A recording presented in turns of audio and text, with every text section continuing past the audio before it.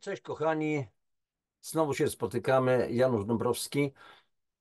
Dzisiaj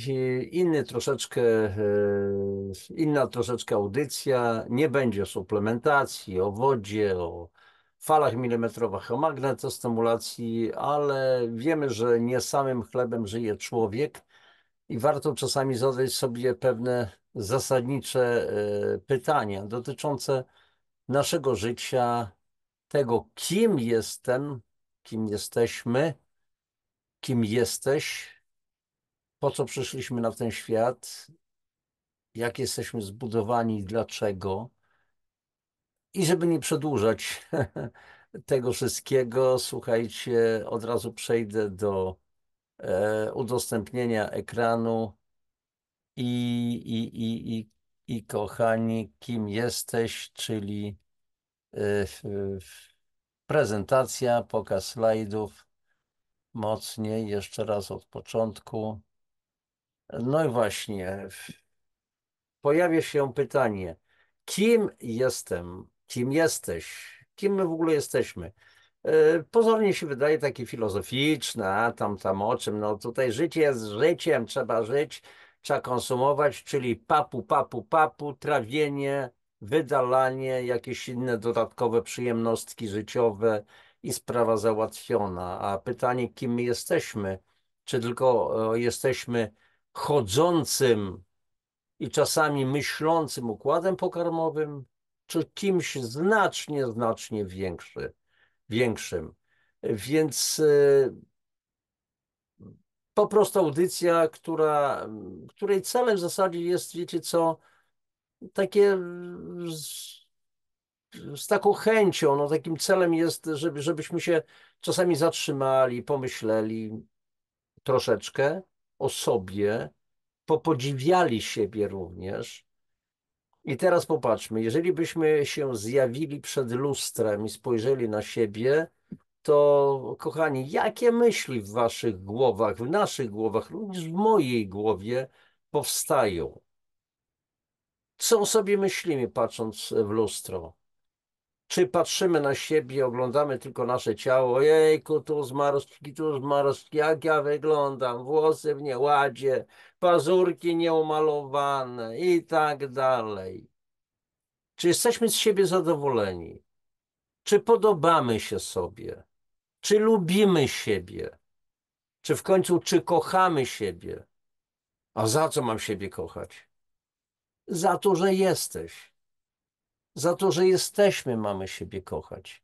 Bo jesteśmy cudowni, wspaniali. Nawet jeżeli popełniamy te różne grzechy i grzeszki.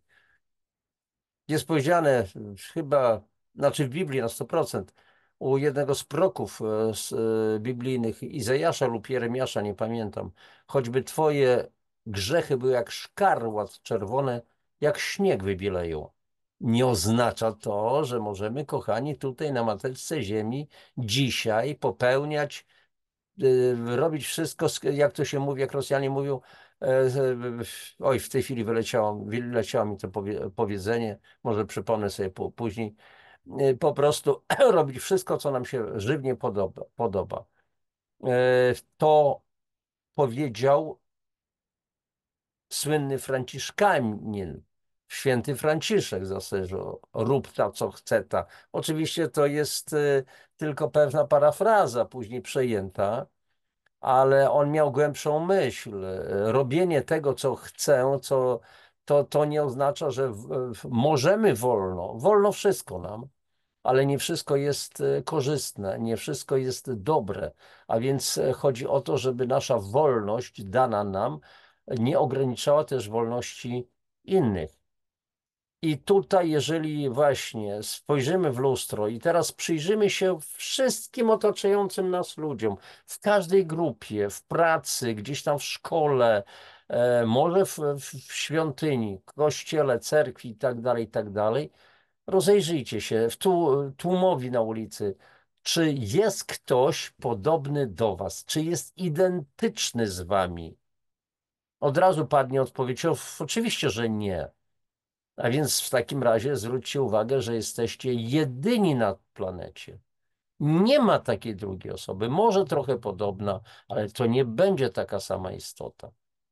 Więc dlaczego zostaliśmy stworzeni tak pięknie, tak inaczej, że każdy z nas jest inny? Przecież to byłoby nieszczęście, gdybyśmy byli identyczni, tak prawdę mówiąc. I teraz popatrzmy, jak mówimy nieraz do siebie na temat tego, co mamy, co wydaje się nasze, moje zdrowie, moja żona, mój mąż, moje jedzenie, moje szczęście, moje ubranie, mój dom, moje dzieci, moja dziewczyna, moje mieszkanie, moja pomyślność, mój chłopak, moje zadowolenie, moja szlachetność, moje zdolności, moje najpiękniejsze doznania, moja miłość. Naprawdę moje? Doprawdy? Sami żeśmy to wszystko stworzyli? No jak? Oczywiście. To ja zdałem egzaminy, to ja to zdobyłem, to ja zarobiłem, to ja załatwiłem, to ja podpisałem kontrakt. Ja. Ja myślę, że warto ograniczyć to jajowanie. Te jaja. Tak, to są jaja, kosmiczne jaja, że ja to wszystko sam stworzyłem, zrobiłem, doszedłem. Zadaję pytanie sam sobie niejednokrotnie, kto i w jaki sposób wszystko to stwarza, kto nam to zapewnia, kto nas obdarza. Jak powiedział kiedyś apostoł Paweł, a cóż masz, czegoś byś nie otrzymał? Aha, żeby rozbić jakieś tutaj ploty ewentualnie, domniemania. Nie mam zapędów, że tak powiem, klerykalnych absolutnie. Wprost przeciwnie. E, mam się za wierzącego człowieka, wierzącego w Boga, w absolut, ale tak trochę inaczej, odmiennie od wielu innych, ale tutaj nie narzucam nikomu niczego, nie każdy idzie własną ścieżką, bo ścieżek do Boga jest tyle ilu nas na planecie. Nawet ci niewierzący w Boga, w absolut, w gruncie rzeczy myślę, że tam gdzieś w pamięci komórkowej jest coś tam wtłoczone, że jest połączenie ze źródłem, źródło, absolut. I w jaki sposób powstaliśmy? Dlaczego powstaliśmy? Dlaczego powstało życie? Powstała cała przyroda. Więc jakie opcje odpowiedzi pojawiają się w naszych umysłach? Żebyśmy się dobrze rozumieli, nie silę się na to, żeby was pouczać. Jak najdalej jestem od tego, absolutnie. Ja jestem tylko w zasadzie, jestem takim, ja wiem, pewnym taką, to co robię, to jest pewną taką prowokacją również dla mnie, bo ja też tego potrzebuję, żeby czasami zastanowić się nad sobą w tym pędzie życiowym, bo pracuję, bardzo ciężko pracuję, chciałbym lżej, znaczy, może inaczej powiem, intensywnie bardzo pracuję, ogarniam masę różnych tematów, spotykają mnie różne wydarzenia, jak każdego z was. I nie będziemy się tutaj prześcigać, kto trudniejsze doświadczenia ma, kto łatwiejsze, komu się lepiej udało, kto większe sukcesy, bo to nie ma najmniejszego sensu. Każdy ma coś innego w życiu. A więc pytanie, jakie opcje odpowiedzi pojawiają się w naszych umysłach? Na te pytania, jakie odpowiedzi? I teraz popatrzmy. Moje ciało. Zwróciliście uwagę na pewno już, że nie mówimy ja, tylko moje ciało. Zaraz powiemy, właśnie, ciało ma mnie, czy ja mam ciało? A więc kim jestem? Jestem ciałem, ale mam piękne ciałko. Ale zobacz, ta laseczka poszła, jakie ma fantastyczne ciało. Aha, laska ma fantastyczne ciało, mówiąc o dziewczynie. Dziewczyny też podobno rozmawiają o mężczyznach, nie wiem, ale domyślam się, bo tam czasami dochodzą, ale facet, zobacz, jakie ma tam, powiedzmy, jakieś tam szczególne części ciała, które się kobietom podobają. On ma to. A więc on nie jest tym ciałem, tak prawdę mówiąc. On to ma. Rozum, intelekt, duch, sposób zachowania, pesymizm, optymizm, realizm, Realista to ukryty pesymista. Uwierzcie mi. Stary, ty pomyśl realnie, to jest nie dla ciebie. Stary, ale myślę realnie. To się nie uda. A więc on jest tylko realistą. A dlaczego nie ma być realistą? Wiesz co? Jest to dobry pomysł. Może nie uda się, ale spróbujmy.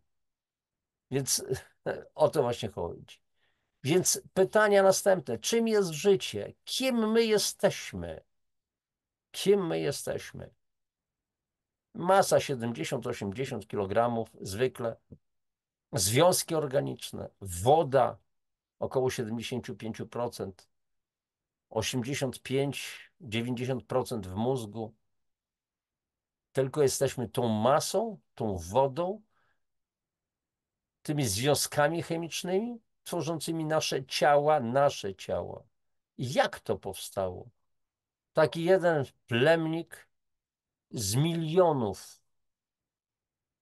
Dzisiaj polski mężczyzna w 1 cm², czyli jedna łyżka praktycznie ma około średnio 14,5 miliona plemników, a powinien mieć 130. No dobra, niech będzie.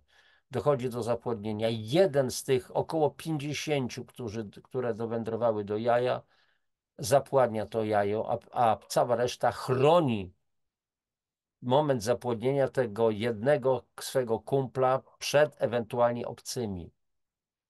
Tak to jest. I powstaje życie.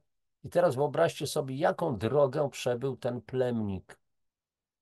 Wiecie, że można to przyrównać do podróży z Portsmouth, na przykład w Wielkiej Brytanii, pływak wskakuje do wody ciemną nocą i w ciągu jednej nocy przebywa 10 tysięcy kilometrów do Nowego Jorku, ciemną nocą przez burzliwe fale Atlantyku.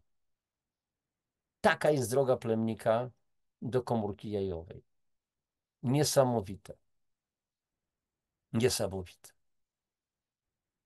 Mamy ciała stworzone z około 70 do 100 bilionów, nie trylionów, zaznaczam. Tryliony podaje literatura amerykańska. Amerykanie mają trochę inne liczebniki, te wielkie. Chociaż mówiłem o tym kilkakrotnie już w moich audycjach. Dr Mirosław Mastej, znam akurat pana doktora, może kiedyś dosłucha się moich audycji, serdecznie go pozdrawiam.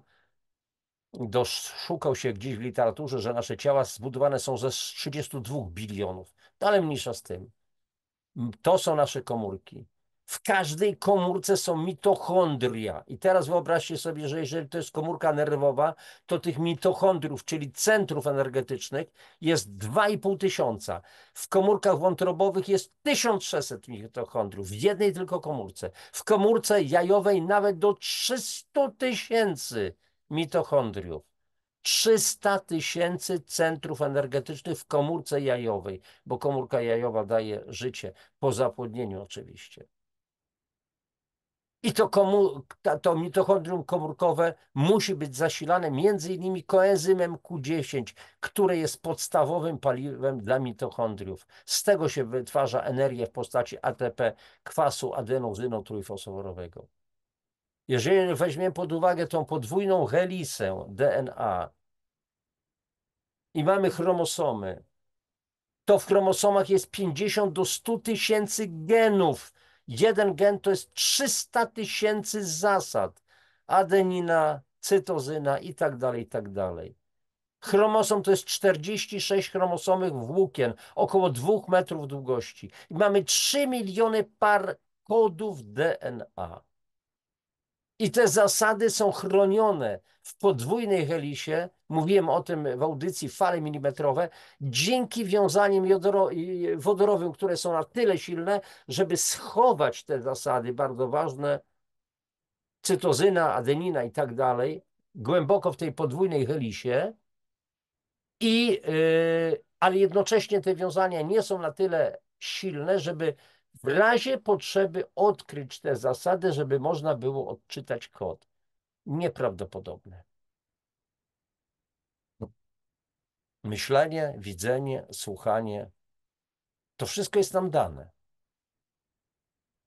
Teraz zobaczcie, 206 kości, 660 mięśni, 60 kilometrów nerwów, w tym 12 kilometrów głównych. To są nasze ciała. Dalej, weźmy pod uwagę same nerki. Nerki, matka i ojciec wszelkich chorób, ale też matka i ojciec naszego zdrowia. Płuca, potężna powierzchnia.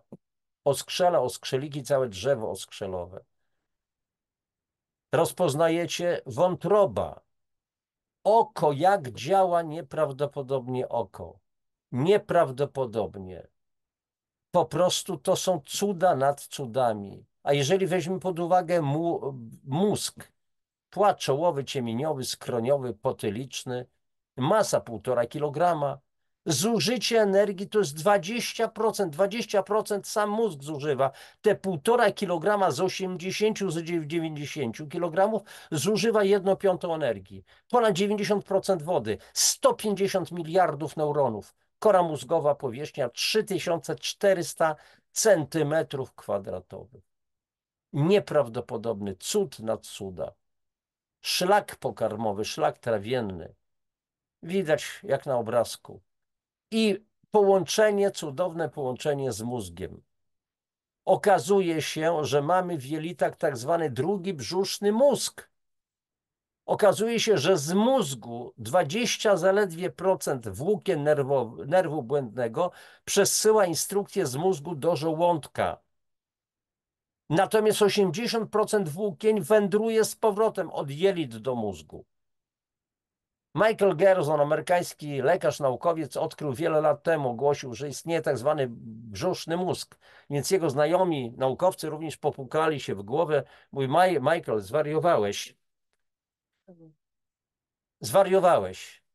To nie istnieje po prostu mózg. Nie istnieje coś takiego. A tymczasem istnieje. Dlaczego? Dlatego, że sygnały te regulują m.in. wydzielanie kwasu żołądkowego, wydzielanie enzymów trawiennych, pojemność żołądka, poziom glukozy we krwi. Sygnały z mózgu. Natomiast sygnały z jelit do mózgu biegnące regulują uczucie sytości, czyli głodu, nasycenie, czyli pełnię, metabolizm energetyczny i tak dalej. Wszystko, nie coś niesamowitego. A co, jeżeli otrzymujemy jakieś informacje, czasami bardzo dobre, miłe, a czasami bardzo niedobre? Gdzie najpierw czujemy? W mózgu? Myślimy, Boże, co się stało? Nie. Najpierw czujemy to na brzuchu i na sercu, bo jest jeszcze tak zwany sercowy mózg. I teraz, kochani, słuchajcie, weźmy pod uwagę na przykład układ krążenia. Prawie 150 000 kilometrów. 150 000 naczyń włosowatych. 3,5 długości równika. Długość równika to jest 40 tysięcy kilometrów. 70 uderzeń na minutę wykonuje serce. 36 milionów uderzeń w ciągu roku. 2,5 miliarda w przeciętnym życiu. Naczynia włosowate rzędu 10, średnica 10 do -6 metra, czyli 10 do -3 milimetra, czyli 1/1000 milimetra. Tętniczki, żyłki i tak dalej. A tymi tętniczkami, żyłkami przepływa krew. Erytrocyty, trombocyty, leukocyty. I każda z tych komórek, z tych cząstek ma swoje zadania. Powierzchnia erytrocytów 4200 m2 wszystkich. Droga, serce, kolano, sercem 1 minuta. I co? I to tylko serce skurcza i rozkurcza, wypycha i zasysa? O nie, to ta krew nie wędruje. W naczyniach jest wędrujący potencjał elektryczny. Krew około 5-6 litrów w przeciętnym organizmie. W ciągu doby przepust to jest 700 litrów. Uczestniczy w tym przepływie serce, ale również te naczynia włosowate, które są drugim sercem w organizmie. I teraz popatrzmy. Okazuje się, że serce to też jest źródło potężnego pola magnetycznego. Znacznie większego od pola magnetycznego mózgu. Znacznie, wielokrotnie. Jak mówi amerykański psychoneuroimmunolog Paul Pearsall, serce jest nie tylko pompą, jest dyrygentem symfonii komórkowej. Jest esencją naszego istnienia. Niestety żyjemy w społeczeństwie, w którym rządzą nasze mózgi, a nie serca. No właśnie, kto wygrywa w starciu, mózg czy serce? Często mózg, racjonalny, bezduszny. Szczególny organ naszej świadomości to jest właśnie mózg sercowy. Mózg sercowy. Ale mamy tutaj, słuchajcie, również wolną wolę. I tutaj taka jest historyjka wolnej woli. A może z tą naszą wolną wolą jest tak, jak z możliwością następującego wyboru. Bóg stworzył Ewę, przyprowadził ją do Adama i mówi: no, Adaśku, a teraz możesz wybrać sobie żoneczkę. Taka jest nasza wolna wola. Co na ten temat myślicie? I love people, kocham ludzi. Jasne, ale zaczyna się od siebie samego. Pokochaj siebie, polub siebie. Kochaj bliźniego swego jak siebie samego. To jest podstawa. Czy jesteśmy naprawdę świadomi tego? Czy w ogóle naprawdę jesteśmy świadomi? Jak pracujemy? Jak pracuje nasz mózg i co nasz mózg kleci? Zwróćcie uwagę na to. Znalazłem taką rycinę i faktycznie, w której części my jesteśmy? Naszego życia, naszego świata. Warto się nad tym zastanowić. A oprócz tego mamy tak zwanych zjadających towarzyszy, jak mówił Leszek Żądu, już nieżyjący wspaniały człowiek. Kto wejdzie z nami w biorezonans? Jaki biorezonans? Czy ci źli, czy ci dobrzy? Należy dbać o wysoką jakość naszych myśli, słów i czynów, ponieważ, jak powiada pani Julia Poliakowa, szef Instytutu Badań Mózgu Rosyjskiej Akademii Nauk, jest nawet możliwość zbiorowej psychozy, gdy jedna osoba zaraża swym stanem psychopatycznym drugą. A co, nie ma tak w historii? Stalin, Hitler, Pol Pot, Mao Tse-tung, a w naszym kraju, w naszej Polsce to nie jest tak, że niektórzy potrafią zarażać umysły innych? Potwornie zarażać. Nie chcę rozwijać tego tematu, ale wy domyślacie się, o co chodzi. Jest coś, co nas wszystkich zżera od wewnątrz, jak pasożyt. I pytanie tylko, czy pozwolimy sobie na to, czy też nie. Czy pozwolimy, żeby te pasożyty nas zżerały, wprowadza podziały, uczy nienawiści, rodzi wrogość, marnotrawi energię, niszczy zdrowie, rujnuje relacje. Obserwujemy to między innymi w Polsce. Obserwujemy zresztą to na całym świecie. A więc jakie są to zjadające pasożyty? Agresywność, antysemityzm, arogancja, autoignorancja, barbarzyństwo, bezczelność, bezduszność, bicie się w cudze piersi, brutalność, buta, chamstwo, czynienie krzywd, cierpiętnictwo, chwiejność, ciągły smutek, cwaniactwo, dyskryminacja, demagogia, egoizm, ekstremizm, fałsz, fanatyzm, faryzeizm, głupota, gniew, hipokryzja, impertynencja, insynuacje, kapryśność, kłamstwa, kłótliwość, konfliktowość, konformizm, krytykanstwo, ksenofobia, lenistwo, lęk, litowanie się nad sobą, łajdactwo, malkontenctwo, małostkowość, manipulanstwo, mataczenie, megalomania, mściwość, nieprzyzwoitość, nierzetelność, nietolerancja, niewdzięczność, niegodziwość, nienawiść, niezdrowa ambicja, nikczemność, nuda, obłuda, obmawianie, obrażanie, obskurantyzm, obrzucanie błotem, obsesyjne zachowania, oczernianie, odwracanie kota ogonem, opluwanie, osaczanie, osądzanie, pamiętliwość, pazerność, pesymizm, plotkowanie, poczucie własnej nieomylności, podejrzliwość, podłość, podżeganie, pogarda, pomówienia, poniewieranie, poniżanie, potępianie, pozerstwo, prostackie osądy, przymuszanie, pycha, rasizm, rebeliantstwo, wykluczanie, wywyższanie się, użalanie się nad sobą, zacietrzewienie, zacofanie, zaduwanie w sobie, tchórzostwo, tyranizowanie, upokarzanie, uprzedzenia, warcholstwo, wiarołomstwo, szkalowanie, sobkostwo, swarliwość, szowinizm, sztuczność, szyderstwo, sianie niezgody, służalczość, szalbierstwo, szczucie, szeroko pojęta niewiara, zakłamanie, zapiekłość, zawiść, zawziętość, zazdrość, zdrada. Sporo tego jest, jak widzicie, kochani. To są nasi zjadający towarzysze. Warto się przyjrzeć. Ja też się przyglądam sam sobie, co z tego wszystkiego, co tu wymieniłem, a tego jest jeszcze więcej. W mojej książce, kochani, nie samym chlebem żyje człowiek, wymieniam tego jeszcze więcej. Cała potężna listwa. I przyglądam też się tam sam sobie, co we mnie jest, co muszę z siebie, co mam z siebie usunąć. Bo to nas niszczy. A, właśnie, zapomniałem jeszcze. Złość, złośliwość, zniechęcenie, zniecierpliwienie, zniewalanie, zwątpienie, źle pojmowany upór, złe intencje, życie w idei ciągłej martyrologii męczeństwa. Ale co posiejesz, to i zbierzesz. Kto pod kim dołki kopie, sam w nie wpada. Kto sieje wiatr, ten zbiera burzę. Kto mieczem wojuje, od miecza ginie. Jak Kuba Bogu, tak Bóg Kubie. Nosi wilk razy kilka, ponieśli wilka. Nie rób drugiemu, co tobie niemiłe. A jak mówi ktoś w drugim liście do Koryntian, owocem zaś ducha jest miłość, radość, pokój, cierpliwość, uprzejmość, dobroć, wierność, łagodność, opanowanie. I czy ci ludzie tutaj na tej ilustracji właśnie są pełni miłości, radości, pokoju i tak dalej, i tak dalej? Przecież oni są nabuzowani. I zawsze jest tak, że po owocach poznacie ich. Jakie więc rodzą owoce? Jakie owoce rodzi każdy z nas? Nie jestem od rozliczania. Ja się sam też zastanawiam wielokrotnie nad sobą. Mam w sobie doktora Jekylla i Mr. Hyde'a. Czasami mi ten Mr. Hyde się uruchamia w pewnych szczególnych sytuacjach. Nie ma ani jednego, który by nie zgrzeszył, jak mówił kiedyś Jezus. Biblia, zdaje się. Ale to nic nie znaczy. Możemy być lepsi. Tym bardziej, że zachowujmy wdzięczność, bo wdzięczność to klucze do niebios bram. Za co? Za to wszystko, co żeśmy otrzymali, za to, co określamy, że to jest moje.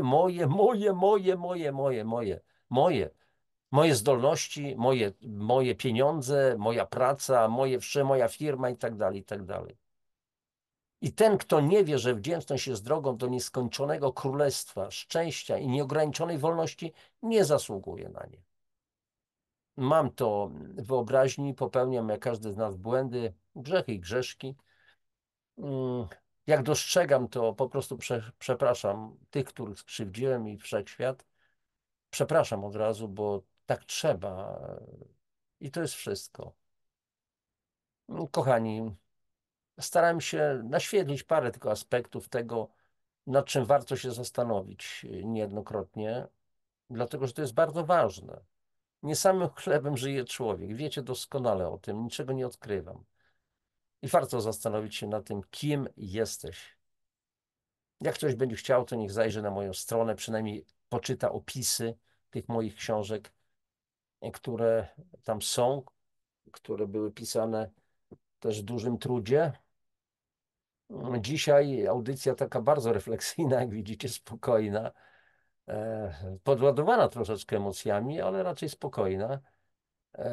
Cóż, dziękuję znowu, żeście byli, że oglądacie to. Nawet gdyby to była nieliczna tylko grupa ludzi, tym bardziej wam za to dziękuję, dlatego że to są dość trudne tematy.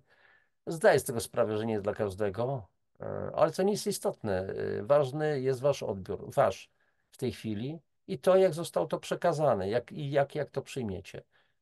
Wszystkiego dobrego wam życzę. Jeżeli audycja oczywiście wam się spodobała, proszę o wasze lajki, komentarze. Ewentualnie będę wdzięczny za każde zamówienie książek. Trzymajcie się. Najlepszego wam życzę. Papatki.